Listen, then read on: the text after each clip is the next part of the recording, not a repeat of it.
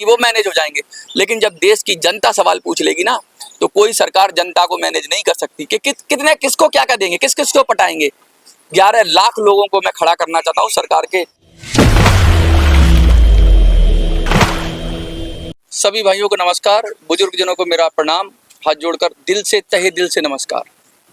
कल का जो वीडियो था जिसमें हमने बात करी थी कि 11 लाख की चेतावनी, तो आप सबके मन में विचार तो आया होगा 11 लाख की चेतावनी। तो आज का जो मैं पूरा वीडियो बात करूंगा, एक तो वो बताऊंगा कि 11 लाख की चेतावनी है क्या, हम इसको कैसे कर सकते हैं और घर बैठ के हम इसको कैसे दे सकते हैं प्रधानमंत्री को। लेकिन उस चेतावनी को देने से पहले मैं बहुत सारी चीज़ें आपसे शेयर करना चाहता हूँ, बहुत सारी आपको बातें करना चाहता हूँ, और ऐसी बातें आज मैं दिल से करूँगा। आज का वीडियो आपको पूरा देखना चाहिए मुझे लगता है। और फिर एक सवाल जो आपके मन में उठेगा उसका जवाब आपको अपने आप से ही पूछना चाहिए कि आखिर ऐसा क्यों हो रहा है इन बुजुर्गों के साथ। आज जब हम वीडियो शुरू कर रहे हैं तो सबसे पहले प्रधानमंत्री कार्यालय का जवाब हम सुन लेते हैं। हमने एक धरना किया था 30 जून को, और 30 जून को हमने धरना करने के बाद प्रधानमंत्री जी से सवाल उठाए थे, हमने कुछ फॉर्म भरकर भेजे थे प्रधानमंत्री जी के पास। तो पीएमओ ने क्या रिप्लाई दिया है पहले मैं वो पढ़ के बता देता हूँ आपको, जिससे आपको पता चल जाए कि पीएमओ ने हमारे धरने पर क्या संज्ञान लिया है। फिर मैं कुछ सवाल उठाऊंगा उस पर और फिर मैं आपसे बात करूंगा। फिर हम बात करेंगे 11 लाख की चेतावनी। तो 11 लाख की चेतावनी की बात हम अंत में करेंगे, बिल्कुल अंत में। और उससे पहले हम ये बता दें कि अब तक हुआ क्या, जो हमने 30 जून को धरना दिया उसका परिणाम क्या निकला। एक तरीके से ये हमें एक हिंट मिल रहा है, एक तरीका मिल रहा है हमें कैसे आगे बढ़ना है, उसकी एक सूचना मिल रही है। और ये सूचना हमें और आपको जानकर समझकर सही रणनीति बनाने की ज़रूरत है। क्योंकि मुझे ऐसा लगता है कि बहुत लोग अब तक हम लोगों को, जो लीडरशिप थी वो हम लोगों को किसी गलत दिशा में ले जा रहे थे। हम लोगों को सही इन्फॉर्मेशन मिल नहीं रही थी। मैं यूट्यूब पर देखता हूँ, रोज़ वीडियो बनाते हैं कि आज पेंशन मिल गई, आज मुख्यमंत्री से मिल गए, आज प्रधानमंत्री से मिल लिए, आज हम सांसद से मिल लिए, आज हम श्रम मंत्री से मिल लिए, आज हम वित्त मंत्री से मिल लिए। इस तरह के फ़ोटो डालकर और फोटो चमकाकर जो इन्फॉर्मेशन दी जाती है, उस इन्फॉर्मेशन से क्या वो सचमुच सही जानकारी दी जा रही है, क्या वो सही में आपको दिखाया जा रहा है, क्या आपको सही पिक्चर दिखाई जा रही है। असली पिक्चर आज मैं दिखाऊंगा, और जब असली पिक्चर आपको सामने होगी तो आप सही निर्णय भी कर पाओगे और सही डिसीजन ले पाओगे और रास्ता सही पकड़ पाओगे। कहीं ऐसा ना हो कि हमारे पेंशनर्स की जो एनर्जी है वो गलत दिशा में चली जाए, जैसा कि 10 साल से लगातार होता जा रहा है। जबकि क्लियर कट प्रधानमंत्री कार्यालय से बोला जा रहा है, उसके बाद भी हम अगर अपने लोगों को गलत तरीके से रख रहे हैं और गलत दिशा में रख रहे हैं तो कहीं ना कहीं ये बहुत बड़ी चूक है और ये बुजुर्गों के साथ छल है। और ऐसा छल मैं कतई नहीं कर सकता। इसलिए शब्द तू शब्द, वाक्य तू वाक्य, मतलब वाक्य से वाक्य मैं एकदम पढ़ूंगा, और पढ़ने के बाद मैं एक एक लाइन को कोट करूंगा, और उसके बाद मैं 11 लाख की चेतावनी बताऊंगा कि कैसे हम इन सब से, सत्ता से, राजनीतिज्ञों से, सिस्टम से और सरकार से टकराकर अपना हक ले सकते हैं। 11 लाख की चेतावनी। तो ये सब शुरू करने से पहले मैं कहता हूं कि अब प्रधानमंत्री कार्यालय पीजी पोर्टल के अनुसार जो जवाब मिला है उसमें क्या जवाब है। न्यूनतम पेंशन से वृद्धि के संबंध में ये सूचित किया जाता है कि कर्मचारी पेंशन योजना 1995 एक स्वपोषित योजना है, वित्त पोषित योजना। कहने का मतलब ये है कि प्रधानमंत्री कार्यालय कह रहा है कि भैया ये योजना हमारी नहीं है, ये योजना सरकारी नहीं है, ये तो तुमने ही पैसा जमा किया है और ये तुम्हारी योजना है। मोटी मोटी बात इस लाइन की ये, ठीक है। तो ये कह रहे हैं कि स्वपोषित वित्त योजना है जिसमें नियोक्ता द्वारा वेतन का 8.33% और केंद्र सरकार द्वारा वेतन का 1.16% अंशदान दिया जाता है। अब ये कह रहे हैं कि जो एम्प्लॉयर है वो दे रहा है 8.33% और जो सरकार है वो दे रही है 1.16%। यानी कि स्वयं से वित्त पोषित योजना है और सरकार इसमें अंशदान कर रही है 1% का, यानी 1% पैसा दे रही है। टोटल मिला के 9.5% के करीब ये जा रहा है। तो 9.5% टोटल बनाया है इन्होंने, ठीक है। योजना के अंतर्गत सभी लाभों का भुगतान इस संग्रह से किया जाता है कि निधि का वार्षिक मूल्यांकन किया जाता है। मतलब सभी भुगतान, यानी जो खर्चे हैं ना पेंशन फंड के, वो सिर्फ इसी पूंजी से किया जाता है। जो आपने पैसा जमा किया है उसी से वो पैसा देंगे। तो आपने जो पैसा जमा किया है उसी से भुगतान होगा, सरकार का इसमें कोई लेना देना है नहीं, ये कह रहे हैं साहब, ठीक है। उसके बाद क्या कह रहे हैं कि यदि निधि की स्थिति अनुमति देती है तो अतिरिक्त राहत का भी भुगतान किया जाता है। यानी आपका अगर पैसा ज़्यादा होगा तो आपको ज़्यादा पेंशन मिलेगी, ज़्यादा भुगतान किया जाएगा। यानी कि अगर आपका पैसा कम होगा तो कम भुगतान होगा, ज़्यादा होगा तो ज़्यादा। यानी साफ साफ कह रहे हैं कि भैया तुमने जो जमा किया उसी पे हम तुम्हें पैसा देंगे। ये सरकार कह रही है, पीएमओ कह रहा है। ध्यान से सुनना, मेरे सवाल भी फिर इसके बाद आएंगे। अब इन्होंने ये अपना पल्ला झाड़ लिया यहाँ तक। अब कहते हैं कि अतिरिक्त राहत तब मिलेगी जब आप ज़्यादा पैसा जमा हो जाएगा। ये बात आपकी हो गई। यदि निधि किसी स्थिति में अनुमति देती है तो अतिरिक्त भुगतान किया जाएगा। ये तो मैंने पढ़ दिया। वर्ष 2000 से 2015 को छोड़कर निधि घाटे में चली गई है। यानी 2000 से 2024 साल के अंदर जो पैसा है पेंशन फंड का, वो घाटे में कह रही है सरकार।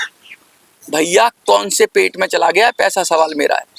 घाटे में चली गई तो योजना को 2000 में ही क्यों नहीं बंद कर दिया गया? कोई भी घाटे में जाती हुई कंपनी, कोई भी घाटे में जाती हुई दिवालिया पे क्या कोई पैसा लोगों का वेस्ट करना चाहिए? 7 करोड़ लोग देश के इसमें अंशदान अभी भी कर रहे हैं और ये योजना घाटे में जा रही है। तो भैया क्यों ले रहे हो पैसा? क्यों 7 करोड़ लोगों से पैसा लिया जा रहा है? मुझे ये समझ में नहीं आ रहा। यानी कि 7 करोड़ लोगों के साथ ये छल हो रहा है। अगर कोई घाटे में जाने वाले उपक्रम में उनका पैसा जा रहा है तो, और वो पैसा भी, सुनिए मेरी इसी लाइन पे मैं थोड़ा सा और विस्तार से बात करना चाहूँगा। सपोज करिए कि एक दुकान है और उसमें मैंने इन्वेस्ट किया और मुझे पता है वो दुकान घाटे में जा रही है, और जो दुकान का मालिक है वो कह रहा है ये तेरी जिम्मेदारी है, तू पैसा कर रहा है, मैं तेरी दुकान में घाटा हो रहा है 25 साल से 24 साल से, तो घाटे में भी तू पैसा देता रहे। तो भैया क्यों ले रहे हो लोगों का पैसा, करोड़ों लोगों का पैसा? क्योंकि सरकार ने तो पल्ला झाड़ रखा है कि ये स्वपोषित वित्तीय योजना है। यानी अगर घाटे में जा रही है तो सरकार इसमें, घाटे में जाने का मतलब है कि सरकार इसमें कुछ भी मदद नहीं करेगी, कुछ भी पैसा नहीं देगी। तो जब कुछ भी पैसा नहीं देगी तो भैया तुम क्यों पैसा ले रहे हो? तो सरकार से मेरा ये पूछना है कि भैया जब ये घाटे में जा रहा है, जब ये घाटे में जा रही है योजना, तो आप लोग 7 करोड़ लोगों से अंशदान क्यों ले रहे हैं? क्योंकि आपने तो सीधा भी पल्ला झाड़ रखा है। ईपीएफओ, सरकार छोड़ो, ईपीएफओ क्यों ले रहा है पैसा? अगर ईपीएफओ की 2015 को छोड़कर अब तक घाटे में, तो ईपीएफओ पैसा क्यों ले रहा है? क्या ये 7 करोड़ लोगों के साथ छल नहीं है? क्या उनके पैसे के साथ ये चीटिंग नहीं है? एक डूबती हुई, क्योंकि वो लास्ट में ये खड़ा कर देंगे कि हम तो घाटे में हैं, तो हम तुम्हारा, जब पैसे लेते हैं तो घाटे में नहीं, जब पैसे के देने की बात आ रही है तो ये घाटे में दिखा रहे हैं। तो भैया 7 करोड़ लोगों से पैसा ले रहे हो तब घाटे में नहीं हो आप? तो ले ही क्यों रहे हो जब तुम मुनाफे में नहीं आ सकते हो? तो अंशदान ले ही क्यों रहे हो? ठीक है। ये कह रहे हैं कि 2015 को छोड़कर निधि घाटे में चली गई है, किसी अतिरिक्त राहत का भुगतान नहीं किया जा सकता। इसलिए मतलब आपको कोई पैसा एक्स्ट्रा नहीं दिया जा सकता। जो लोग कहते हैं 7,500 पेंशन, 9,000 पेंशन, 10,000 पेंशन, ये साफ साफ मना कर रहे हैं कि भाई हम तुम्हारी स्वपोषित वित्तीय योजना है, तुम खुद भुगतो, अपना सिर खुद फोड़ो। और ये घाटे में, पहले ही उस पर टैग लगा दिया कि ये घाटे में। आगे फिर मैं पढ़ूंगा। ये सरकार कह रही है, पीएमओ कह रहा है, इसके बावजूद केंद्र सरकार ने व्यापक मांग को ध्यान में रखते हुए बजटीय संसदीय प्रदान कर न्यूनतम बेसिक पेंशन 1,000 रुपये प्रतिमाह कर दी गई है। धन्यवाद हमारे। ये क्या कह रहा है पीएमओ? क्या ये गलत जानकारी दे रहा है या सही जानकारी दे रहा है मुझे नहीं पता, लेकिन मुझे तो ये जानकारी गलत लगती है। ये कह रहे हैं कि 1,000 रुपये न्यूनतम बेसिक पेंशन कर दी गई है, यानी 1,000 रुपये पेंशन मिलेगी, न्यूनतम बेसिक पेंशन। यहाँ कोई क्राइटेरिया नहीं है, तो इसका मतलब यही लगाया जाएगा कि कम से कम आपको 1,000 रुपये बेसिक पेंशन मिल रही है और सरकार ने ये दे दी गई है। तो बहुत सारे लोग मुझको कहते हैं 800 रुपये, 700 रुपये, 900 रुपये पेंशन मिल रही है। तो भाई उनको 800 रुपये क्यों मिल रही है अगर 1,000 का दी? या तो पीएमओ झूठ बोल रहा है या वो लोग झूठ बोल रहे हैं। इन दोनों में से कोई झूठ बोल रहा है, या फिर ये सही तरीके से इन्फॉर्मेशन नहीं दी जा रही है। अब ये क्या है ये, लेकिन ये देखिए क्या कह रहा है पीएमओ। कह रहा है, पीएमओ कह रहा है कि न्यूनतम बेसिक पेंशन 1,000 है और आप मुझसे कहते हो 800 रुपये, 700 रुपये। तो भैया कौन झूठ बोल रहा है? कमेंट में लिखो, क्या पीएमओ झूठ बोल रहा है या आप झूठ बोल रहे हो? तो ये जरूर कमेंट में लिखना कि कौन झूठ बोल रहा है। ठीक है। जबकि योजना में 1,000 रुपये सरकार ये एहसान कर रही है आप पर। सरकार ये कह रही है कि हमने 1,000 रुपये दिए, जबकि योजना में ऐसा कोई प्रावधान नहीं था। तो सरकार ये कह रही है कि योजना में तो कोई प्रावधान नहीं था, हमने आपको 1,000 रुपया दे दिया, तो हमने आप पर दया की 1,000 रुपये देके। भैया नहीं चाहिए आपका 1,000 रुपया, नहीं चाहिए 1,000 रुपया। हमारा जो पैसा जितना जमा था उतना लंप सम वापस कर दो। और नया पैसा ईपीएफओ लेना बंद करो और ईपीएफओ में ताला जड़ दो। अगर मैं होता तो मैं सरकार से यही कहता। आप लोग क्या कहोगे ये आपकी जिम्मेवारी है। ठीक है, अब ये तो देखिए अधिकारी किस तरह से बात कर रहे हैं। ये कह रहे हैं कि कोई बजटीय प्रावधान नहीं था, हमने तो 1000 कर दिया। सरकार द्वारा गठित उच्च स्तरीय मॉनिटरिंग समिति द्वारा की गई सिफारिशों के अनुसार अतिरिक्त बजटीय सहायता उपलब्ध कराई कर्मचारी पेंशन योजना के अंतर्गत न्यूनतम पेंशन को बढ़ाकर 2000 रुपये प्रतिमाह करने का प्रस्ताव वित्त मंत्रालय को भेजा गया था। अब ये कह रहे हैं इसके बाद हमने 1000 तो कर दिया, इसके बाद हमने वित्त मंत्रालय को एक प्रस्ताव भेजा कि भाई आपके पास पैसा है, क्योंकि वित्त मंत्रालय ही संभालता है। तो सरकार ने उच्च समिति बनाई और उन्होंने कहा कि भाई 2000 कर दो मिनिमम पेंशन। अभी तो 1000 ही नहीं मिल रही, बहुत सारे लोगों को दे 2000 की इन्होंने बात कही। और वित्त मंत्रालय ने क्या कहा वो भी सुनिए। प्रतिमाह कर दिया। वित्त मंत्रालय को प्रस्ताव भेजा गया था। कर्मचारी भविष्य निधि संगठन का पत्र दिनांक 12/3/2020 के प्रस्ताव को वित्त मंत्रालय ने अग्रेसित करने से पहले ही मंत्रालय द्वारा प्रस्ताव पर विचार किया गया था। मंत्रालय द्वारा मतलब इस प्रस्ताव पर विचार किया गया। तथापि मुख्य रूप से वित्तीय बाधाओं के कारण वित्त मंत्रालय सहमत नहीं हुआ था। मतलब ये कह रहे हैं हमने तो प्रस्ताव दिया था 2000 का, लेकिन वित्त मंत्रालय कहता है हम क्यों पैसा दें, ईपीएफओ पैसा देगा। एक तो स्वपोषित वित्त योजना है, तो हम ये सरकार का पैसा क्यों दें। अब मेरा आपसे सवाल है, आप लोग कहते हो कि 1000 मिनिमम पेंशन नहीं मिल रही, तो ऐसे लोग कौन है जो या तो लोग झूठ बोल रहे हैं या पीएमओ झूठ बोल रहा है। अब कौन झूठ बोल रहा है मुझे नहीं पता, मैं तो जो पीएमओ की स्टेटमेंट थी वो पढ़ दी और जो आपकी है वो मैं पढ़ देता हूँ। अब ये बात हो गई पीएमओ की। जब मेरा एक प्रश्न है, ये जब गैर सरकारी योजना है, स्वपोषित वित्त योजना है और सरकार कह रही है कि ये घाटे की योजना है, तो सरकार ने क्यों इतने लाखों लोगों का पैसा बर्बाद कर रही है, करोड़ों लोगों का, 7 करोड़ लोगों का पैसा ऐसी योजना में क्यों लगवा रही है जो योजना घाटे में है और जिससे पूरी जिंदगी में। अब इसमें वो सरकार तो कहेगी कि नियोक्ता देता है पैसा, नियोक्ता यानी एम्प्लॉयर दे रहा है पैसा। अरे एम्प्लॉयर का पैसा दिया तो कर्मचारी को ही जा रहा है, सरकार का भी तो पैसा जा रहा है। जिस योजना में घाटा है, जिस योजना अपने उद्देश्यों को पूरा नहीं कर सकती, योजना का उद्देश्य अच्छी पेंशन मिले, और ये योजना ईपीएस 95 अगर उद्देश्य को पूरा नहीं कर पाती तो इसका मतलब क्या है इस योजना को। मेरी समझ से तो अगर मैं सरकार में होऊंगा तो लोगों के पैसे वेस्ट नहीं करूंगा, उसे तुरंत प्रभाव से बंद करके लोगों को कंपनसेट करके उनका पैसा उनको वापस करके जिनका जितना पैसा जमा हुआ है उनको दे दो। और पैसा जमा है, आप सोचिए कितनी पेंशन मिलती है लोगों को। जितनी भी पेंशन मिलती है वो पेंशन सिर्फ 78 लाख लोगों को मिलती है और 7 करोड़ लोग हर महीने उसके अंदर कंट्रीब्यूट कर रहे हैं, 7 करोड़ से ज़्यादा। और कंट्रीब्यूशन 10% आ रहा है, तो यानी कि अब जो कंट्रीब्यूशन आ रहा होगा बहुत ज़्यादा आ रहा होगा। और पेंशन तो ये बहुत कम दे रहे हैं, 1800-700 रुपये, तो कहाँ से घाटे में हो गए भाई। इसका कौन जांच करेगा इसकी, इस घाटे का पैमाना क्या है, क्या ये स्वयं लिखित घाटा है, किन मदों में पेंशन का पैसा खर्च हुआ, पेंशन के पैसे का कर क्या रहे हैं, और क्या पेंशन का पैसा था ही नहीं। अब मैं एक और बात पूछना चाहता हूँ आपसे, आप तो सभी सज्जन हैं, बुजुर्ग हैं। आपने 2000 में, सन 2000 में 10 रुपये के अंदर या 100 रुपये के अंदर जो सामान खरीदते थे, आप 100 रुपये के अंदर, अगर सन 2000 में मैं बैठा होता इस समय और मैं 100 रुपये का जो सामान खरीदता था, जितना सामान 100 रुपये में आ जाता था, क्या आज वो 100 रुपये में आ जाएगा 2024 में? आज उस समय के 100 रुपये आज अपने आप आज के 1000 रुपये कम से कम बराबर हो गए होंगे, क्योंकि पैसे का अवमूल्यन होता है और महंगाई की दर बढ़ती है। तो जो हमारा पैसा 1 रुपया भी जमा है तो उसकी कीमत आज के दृष्टिकोण से देखी जानी चाहिए, ना कि वो पैसा। अगर सरकार कहती है कि तुमने तो पूरे जीवन में 500 रुपया 1000 रुपया जमा किया, तो भैया हमने 1982 1995 में 1996 में 1997 में जो पैसा दिया उसकी वैल्यूएशन करो, आज के वैल्यूएशन क्या होगी। मैं कहता हूं हमेशा सरकार की व्यवस्था, जो पैसे की व्यवस्था है, चीटिंग की व्यवस्था है। मैं क्यों कहता हूं, देखिए आप कोई प्रॉपर्टी खरीदते हो, उसमें इन्वेस्ट करते हो, उसमें पैसा बढ़ेगा, आपका अक्सर बढ़ता है।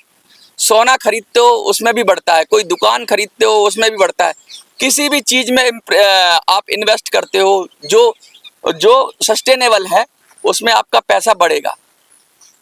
अगर सरकार के नोट में इन्वेस्ट करते हो, नोट का मतलब आपने 500 की एक गड्डी रख ली आज, तो आज उस 500 की गड्डी से आप जितना खरीद सकते हो उतना आने वाले 5 या 10 सालों में उतने पैसे से खरीद नहीं सकते।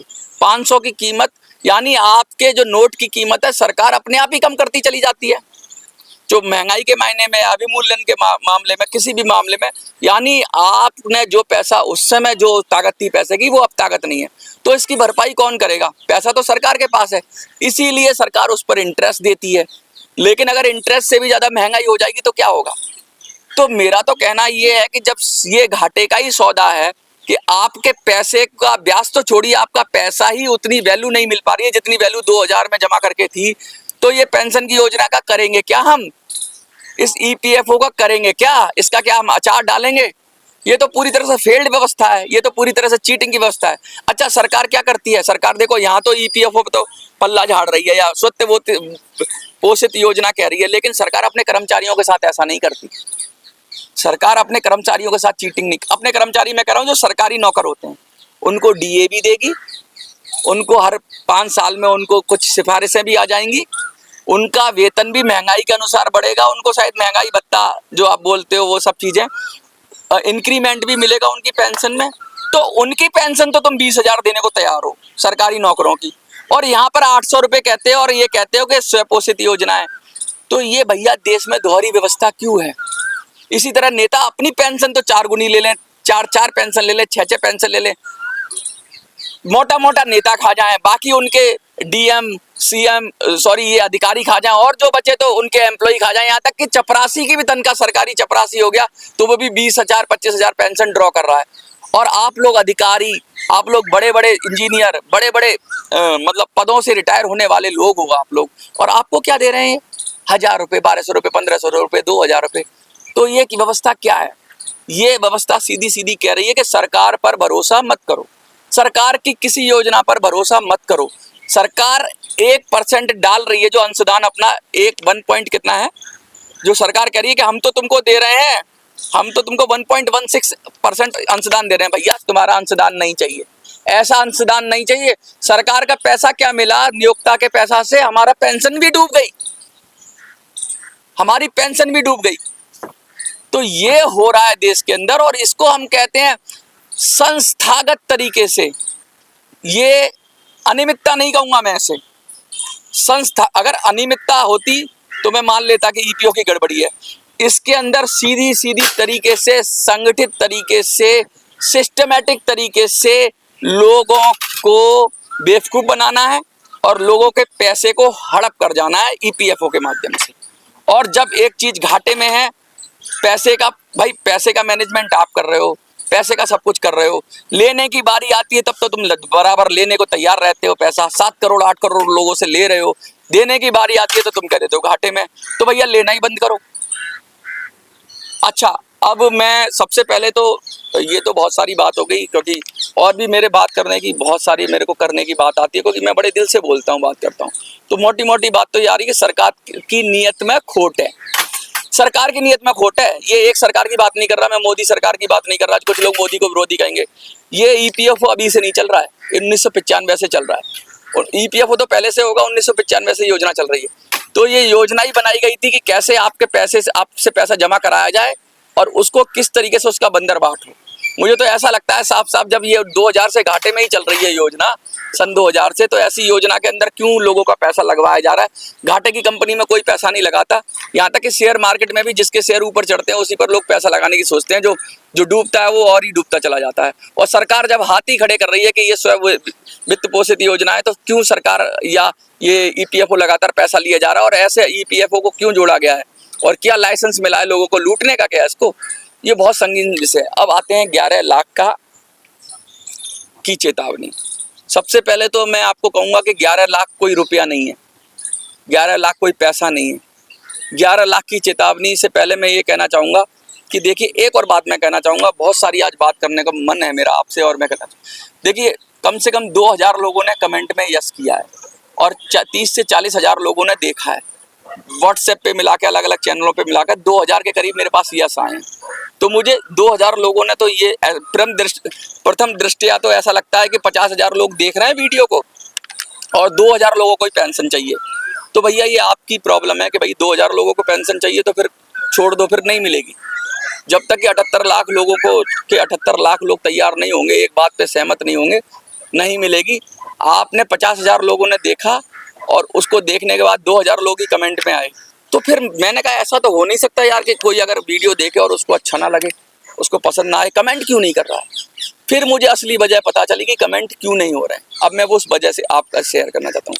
ज़्यादातर हम लोग बुजुर्ग लोग हैं, बहुत सारे लोगों को तो यूट्यूब चलाना ही नहीं आता, कमेंट करना तो दूर छोड़िए। लेकिन उसके बाद भी मेरे को कई फ़ोन आए, रात से फ़ोन आ रहे हैं मेरे पास कि मनोज भाई हम कमेंट नहीं कर पा रहे हैं चैनल्स पे।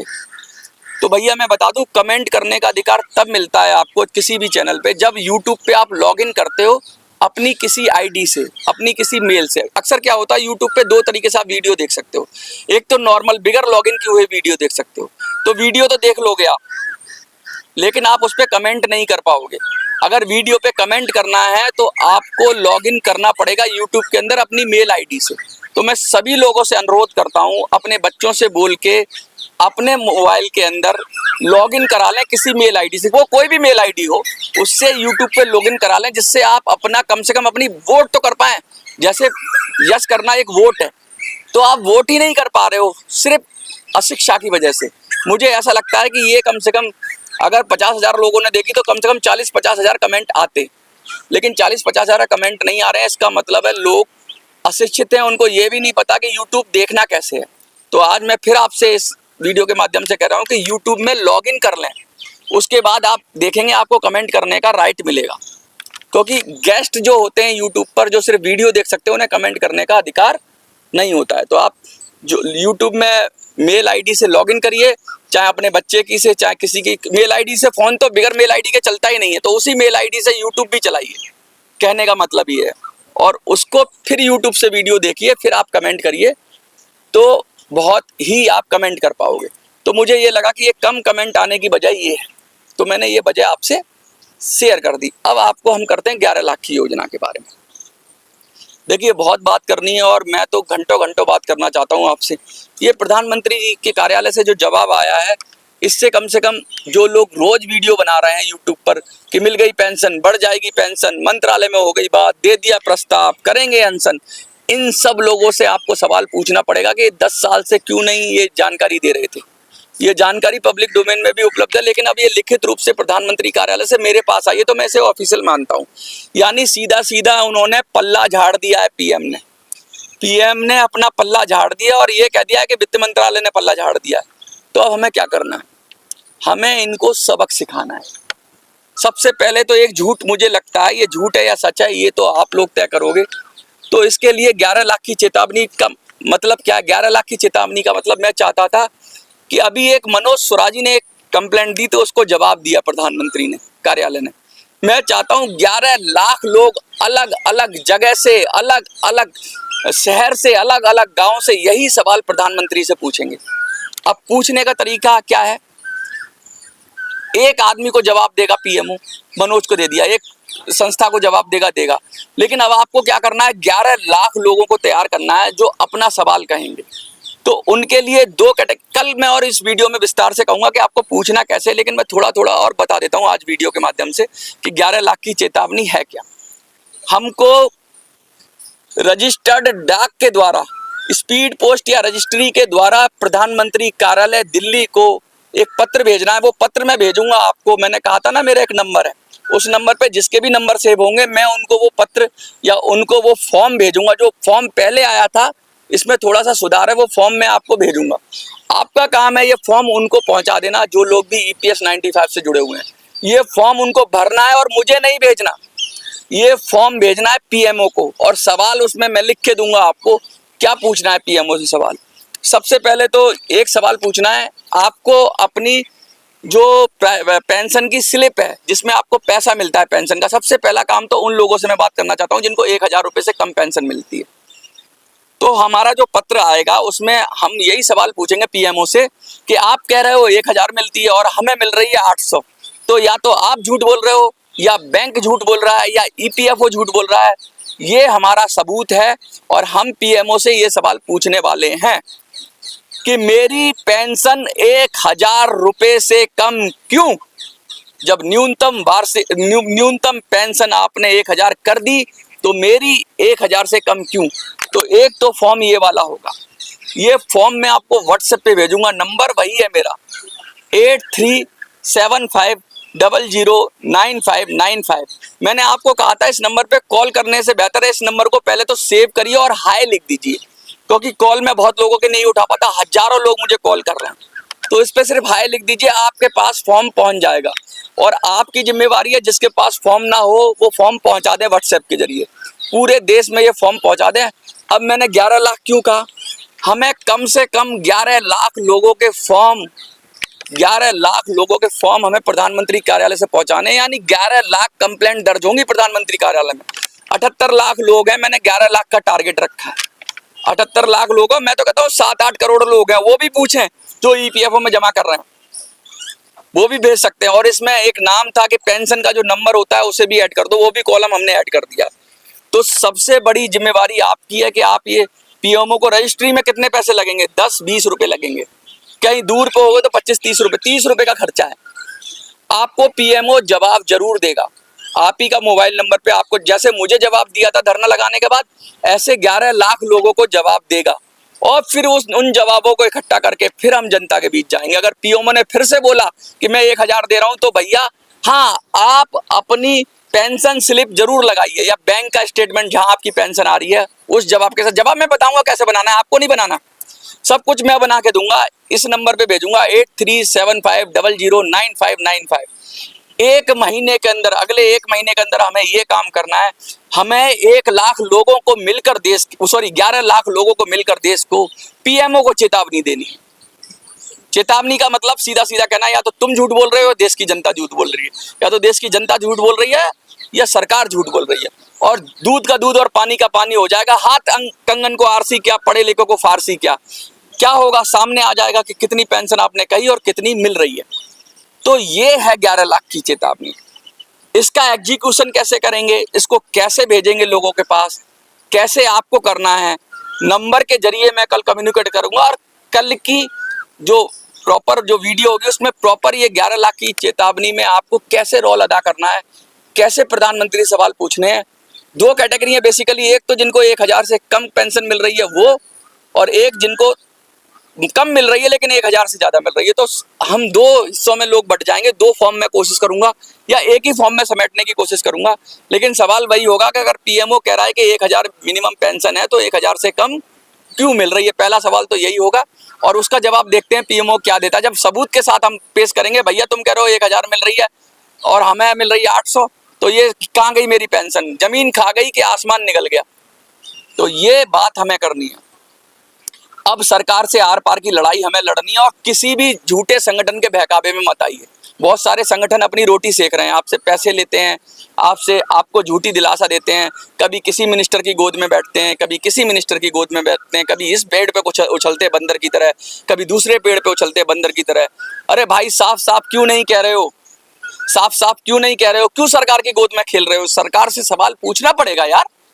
अगर इतनी हिम्मत नहीं है, इतना आपका जमीर अगर आपकी गवाही नहीं देता सरकार से सवाल पूछने के लिए। मैंने सरकार से सवाल पूछा, मुझे जवाब मिला, जनता को बताया ना पूरा पढ़ के। तुम भी बताओ तुम्हारे मेमोरेंडम में क्या जनता पूछती हो, क्या जवाब देते हो। अगर नहीं बता रहे हो तो आप जनता को गुमराह कर रहे हो, उनको झूठी दिलासा दे रहे हो, और इस झूठी दिलासा में लाखों लोग काल को ग्रसित हो गए। मैं तो कभी नहीं चाहूंगा कि मेरे झूठे वादे पे कोई आदमी आशा, क्योंकि किसी को झूठी आस देना नहीं चाहिए, किसी को सच्ची आस देनी चाहिए। मैं तो साफ कहना, सुखी रहना, स्पष्ट बोलता हूं। और आज आप सब लोगों से स्पष्ट बोल रहा हूं, सीधा ठोक के बोल रहा हूं कि हम सवाल पूछेंगे और 11 लाख की चेतावनी देंगे। एक अब तक क्या था कि कोई संस्था देती थी चेतावनी, आम लोगों ने सवाल नहीं पूछा था। आम लोगों की ताकत बहुत तगड़ी मजबूत ताकत होती है। जब संस्थाएं पूछती हैं तो सरकार मैनेज कर लेती है, कोई 4-5 पदाधिकारी होंगे उनको मैनेज कर लेगी, उनको कुछ दे देगी, पद दे देगी, वो मैनेज हो जाएंगे। लेकिन जब देश की जनता सवाल पूछ लेगी ना, तो कोई सरकार जनता को मैनेज नहीं कर सकती कि कितने किसको क्या क्या देंगे, किस किस को पटाएंगे। 11 लाख लोगों को मैं खड़ा करना चाहता हूँ सरकार के सामने और सवाल पूछने की हिम्मत देना चाहता हूँ। आप में अगर हिम्मत है तो मेरे साथ जुड़ना और लॉगिन कर लेना और तब वीडियो देखना और कमेंट जरूर करना, क्या हमें सरकार को 11 लाख की चेतावनी देनी चाहिए? अगर देनी चाहिए तो यस कर देना। कल बताऊंगा कि कैसे, कहां, क्या करना है फॉर्म के साथ। देखते रहिए मिनी संसद।